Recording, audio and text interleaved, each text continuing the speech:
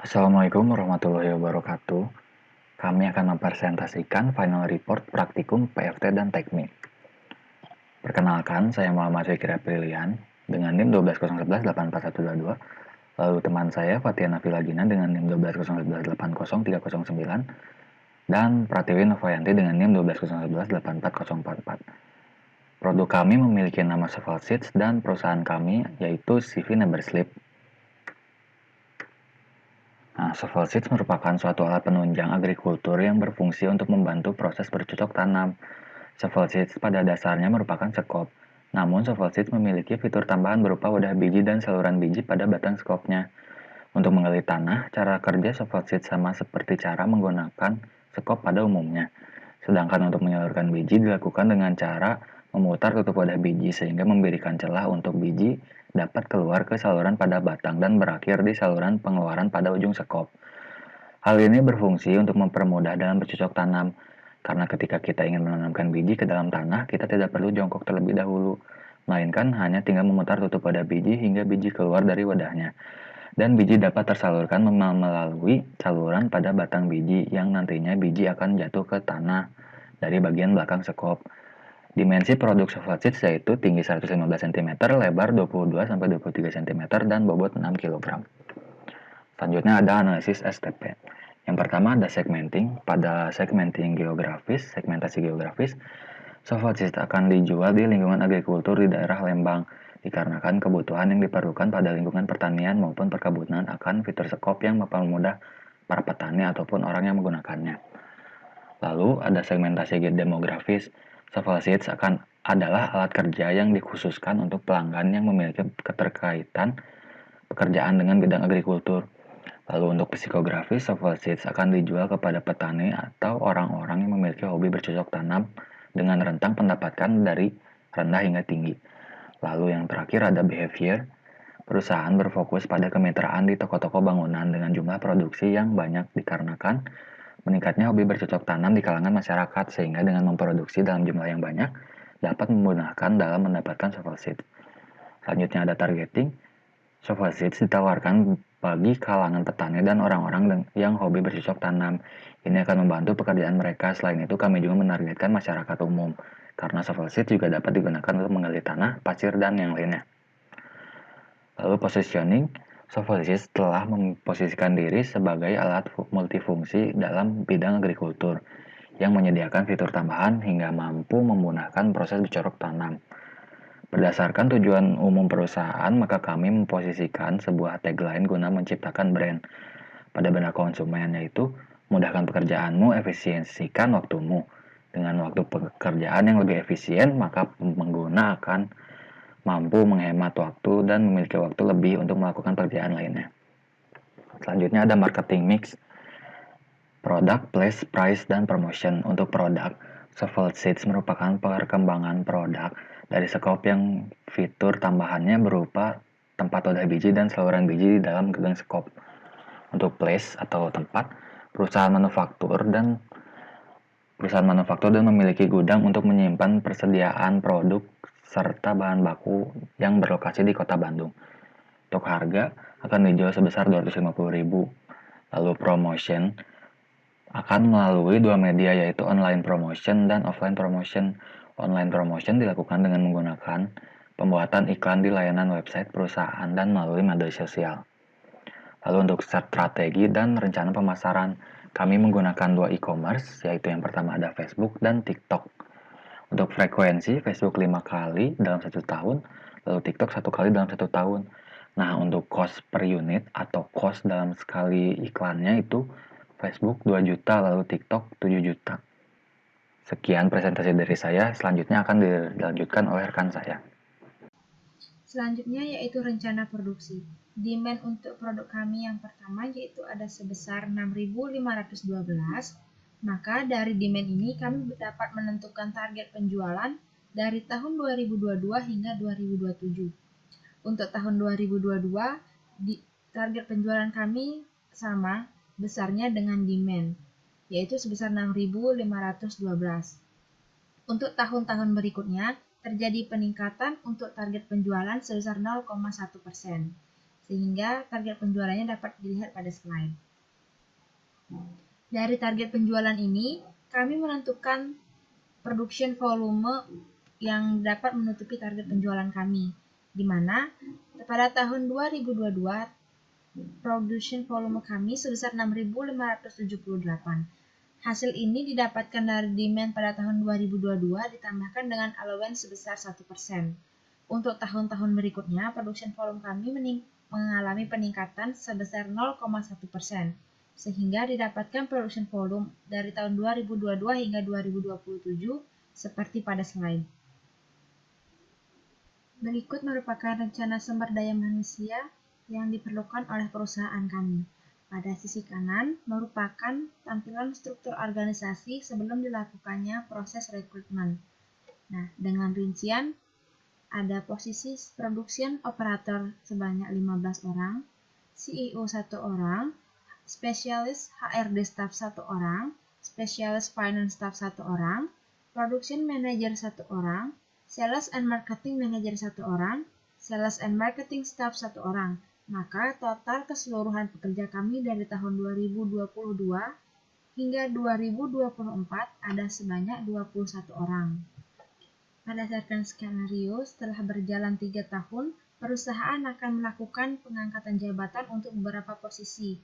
Maka, kami melakukan rekrutasi lagi untuk mengisi kekosongan posisi tersebut, di mana pada sisi kanan merupakan struktur organisasi kami yang baru setelah dilakukannya rekrutmen, dan pada tabel di kiri merupakan rinciannya, di mana ada production operator sebanyak 16 orang, CEO 1 orang, HRD manager 1 orang, HRD staff 1 orang, finance manager 1 orang, finance staff 1 orang, production general manager 1 orang, production line head 1 orang, sales and marketing general manager 1 orang, marketing and sales supervisor 1 orang, sales and marketing staff 1 orang, maka total keseluruhannya yaitu 26 orang.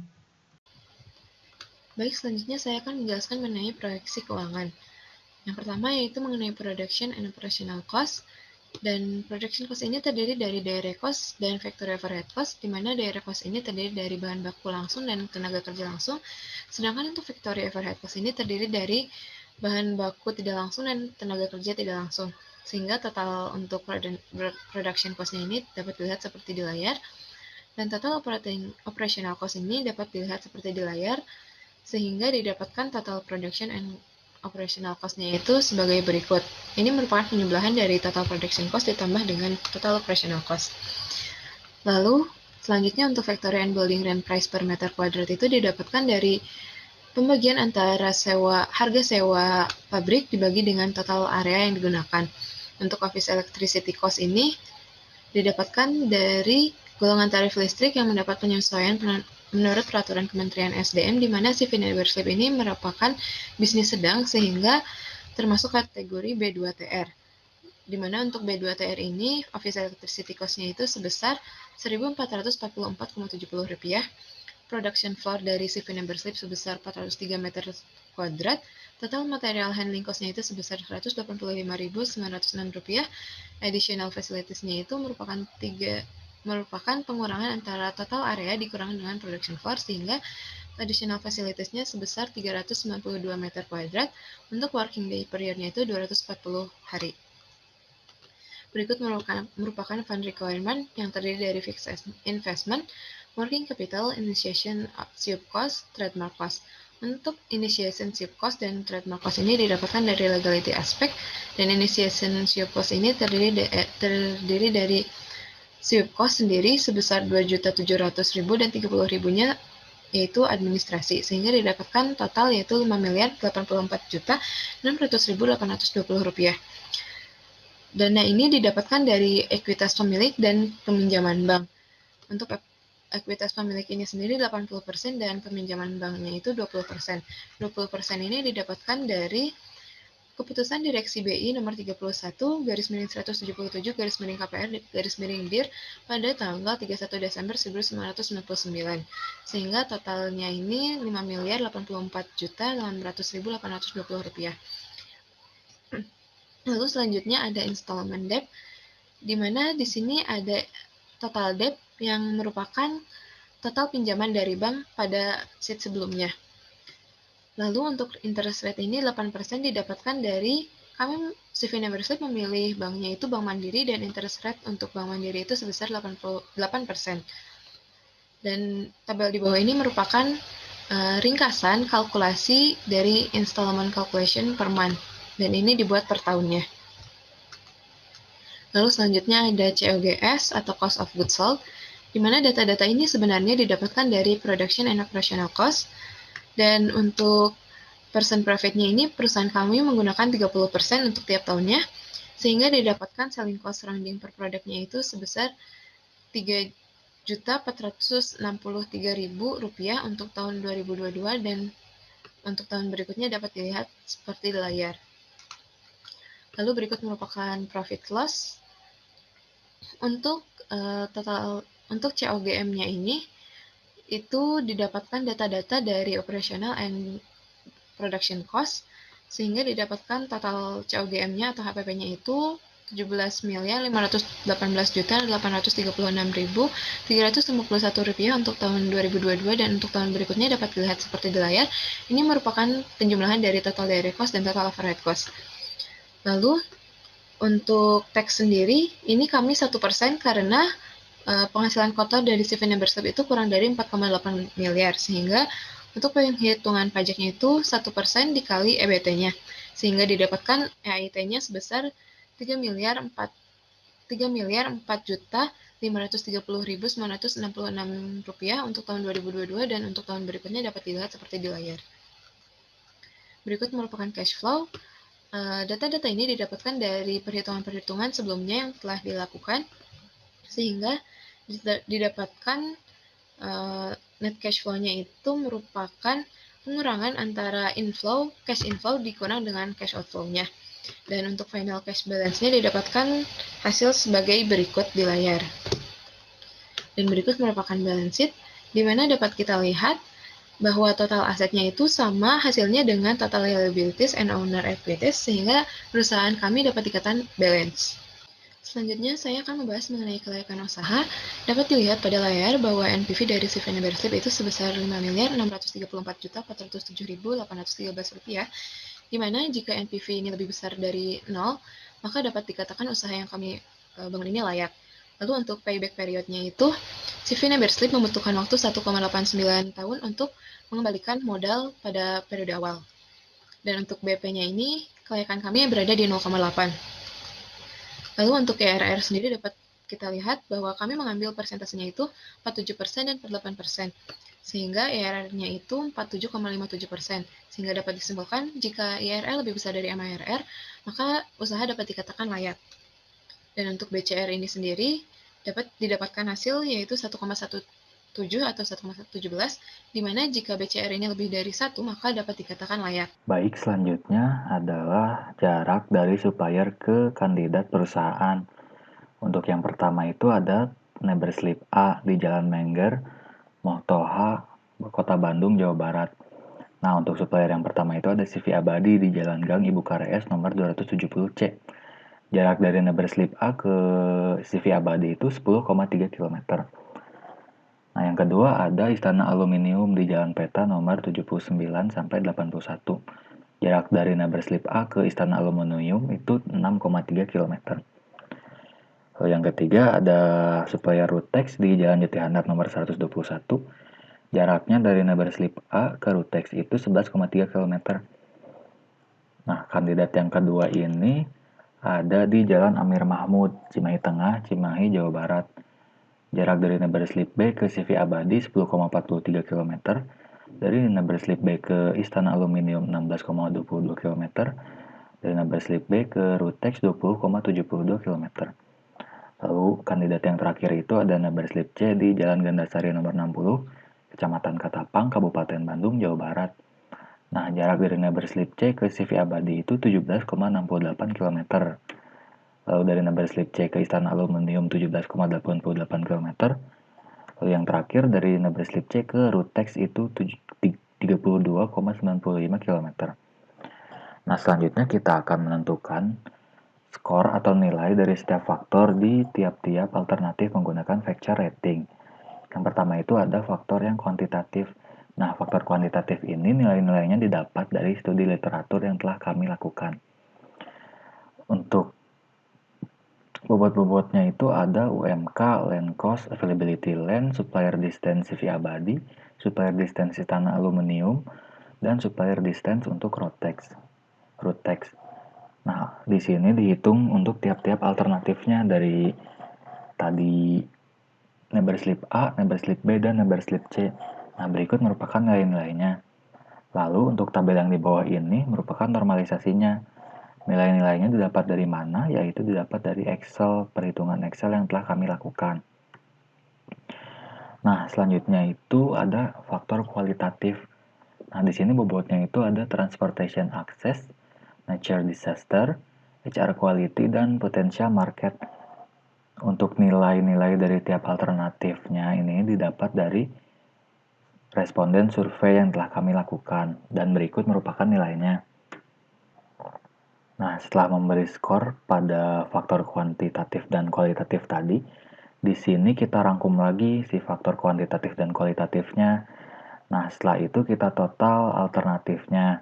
Untuk Kota Bandung, skor totalnya itu 37,18. Dan untuk Kota Cimahi 30,37. Lalu yang terakhir dari Kabupaten Bandung itu 25,85. Nah, setelah dilakukan perhitungan yang tadi, kami simpulkan bahwa PT Neberslip ini akan memilih di skor yang paling besar, yaitu di Kota Bandung dengan skor 37,18. Sekian presentasi dari saya, selanjutnya akan dilanjutkan oleh rekan saya. Selanjutnya yaitu routing sheet. Pada routing sheet ini kita memerlukan data demand, working days in 1 year, working hour, working days per week-nya. Nah, di sini ada operation itu nama masing-masing operasinya yang digunakan, proses. Sedangkan facility name itu adalah fasilitas yang digunakan untuk melakukan proses tersebut. Ada dimensi masing-masing setiap proses, volume, dan processing time yang dilakukan setiap proses itu ada dalam satuan menit. Dan theoretical machine capacity-nya secara teoritis itu kapasitas mesinnya berapa. Lalu ada scrap, sisa dari proses tersebut. Dan ada defect, kemungkinan gagalnya dari suatu proses. Lalu ada efisiensi, di sini 99% menunjukkan bahwa pengoperasian tersebut membutuhkan adanya operator, namun pekerjaannya tidak terlalu berat. Sedangkan 100% itu di mana kondisi dari mesin itu masih baru dan tidak membutuhkan operator dalam pengerjaannya. Lalu ada actual machine capacity unit per day-nya dan ada amount of actual machine. Kenapa di sini semua 0? Karena di sini kita asumsikan bahwa kami perusahaan baru yang baru akan membeli sebuah fasilitas. Jadi kita belum punya gitu. Lalu di sini required production amount per day-nya berapa? Lalu ada prepare production amount, ada machine theoretical per unit, dan ada required actual per unitnya berapa. Nah, melalui perhitungan ini kita dapat total actual machine required untuk perusahaan kami memproduksi produk ini sebesar 13 unit. Untuk material handling equipment yang terpilih itu troli dengan dimensi length 1,15 meter, widthnya 0,61 meter, height-nya 1,1 meter, dengan total kapasitinya 120 kg. Jumlah MH kami yang terpilih itu 1 unit. Sedangkan untuk stockingnya, untuk masing-masing prosesnya bisa dilihat pada tabel. Kami mendapatkan hasil ini melalui aplikasi Stack Builder, di mana dari GBBU batang skop ke A ada 99 unit, A ke B 99 unit, B ke C 148 unit, C ke D 148 unit, D ke E 216 unit, lalu ada GBBU gagang skop ke F 183 unit, GBBU wadah biji dan tutup wadah biji ke G 6.263 unit, F ke H ada 183 unit, G ke H 6.263 unit, GBBU ujung skop ke I ada 39 unit, H ke J 177 unit, I ke J ada 39 unit, J ke K 28 unit, K ke L 28 unit, L ke M 27 unit, M ke W 26 unit, dan W ke shipping ada 26 unit. Setelah didapatkan unit load sebesar 31, kita ketahui bahwa faktor dari 31 itu ada 1 dan 31. Nah, setelah mendapatkan kedua faktor tersebut, kita membuat Gantt chart untuk menentukan waktunya berapa. Setelah berhasil membuat Gantt chart masing-masing, diketahui untuk unit load 1 didapatkan waktu sebesar 1146, sedangkan untuk unit load 31 didapatkan waktu 1382. Nah, maka waktu optimalnya adalah 1146 dengan frekuensi pengantaran masing-masing proses itu adalah 1, 1, 1. Nah, selanjutnya ada luas area, di mana total area yang kita gunakan ada sebesar 795 meter persegi dengan masing-masing ada kantin 64 meter persegi, toilet 16 meter persegi, security post 8 meter persegi, mask sebesar 60 meter persegi, employee parking ada 160 meter persegi, office 84 meter persegi, dan production floor ada 403 meter persegi. Selanjutnya saya akan membahas mengenai from to chart atau FTC, di mana yang pertama itu kami menentukan material handling cost yang didapatkan dari travel distance of material handling dan material handling cost per meter, sehingga total dari material handling cost-nya ini Rp185.906. Dan untuk pada tabel FTC ini sendiri, semisal dari RRC ke GBBU, itu ada berapa sih dari receiving area yang menuju ke GBBU, yaitu ada 4, yaitu RRC ke GBBU untuk batang skop, RRC ke GBBU untuk gagang skop, RRC ke GBBU untuk wadah biji dan tutup wadah biji, dan RRC ke GBBU untuk ujung skop. Sehingga jumlah di sini itu merupakan penjumlahan dari material handling cost dari keempat yang tadi itu. Dan untuk yang lainnya dapat dilihat seperti di layar. Dan didapatkan total cost-nya ini sama dengan total material handling cost-nya, yaitu Rp185.906. Lalu berikutnya setelah dilakukan ARC atau Analysis Relationship Chart, kita melihat nih hubungan antara satu workstation ke workstation lainnya itu hubungannya seperti apa, boleh berdekatan atau tidak boleh berdekatan, dan didapatkan initial layout-nya sebagai berikut. Dan berikut merupakan initial layout setelah ditambahkan fasilitas lain. Berikut merupakan final layout dari CV Neverslip. Di sini gerbang, lalu sebelah gerbang itu ada security post, dan sebelah security post itu terdapat parking area. Dan jika dari parking area jalan lurus ke depan sini, ini terdapat office. Lalu setelah office, sebelahnya ini ada kantin. Dan jika kita jalan lebih dalam, itu di sebelah kanannya akan ada musola. Dan di sebelah kirinya itu akan ada toilet serta tempat wudhu. Ini bentukannya.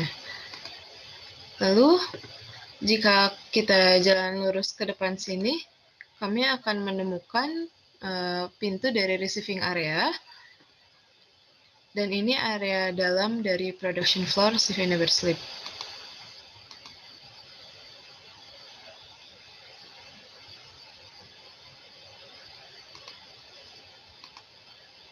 Dan jika keluar dari area tadi, maju sedikit ke depan, itu bakalan ada shipping area. Dan ini pintu untuk shipping areanya sendiri, sedangkan isi dalamnya sama seperti sebelumnya. Lalu kita keluar lagi, kita kembali ke area depan.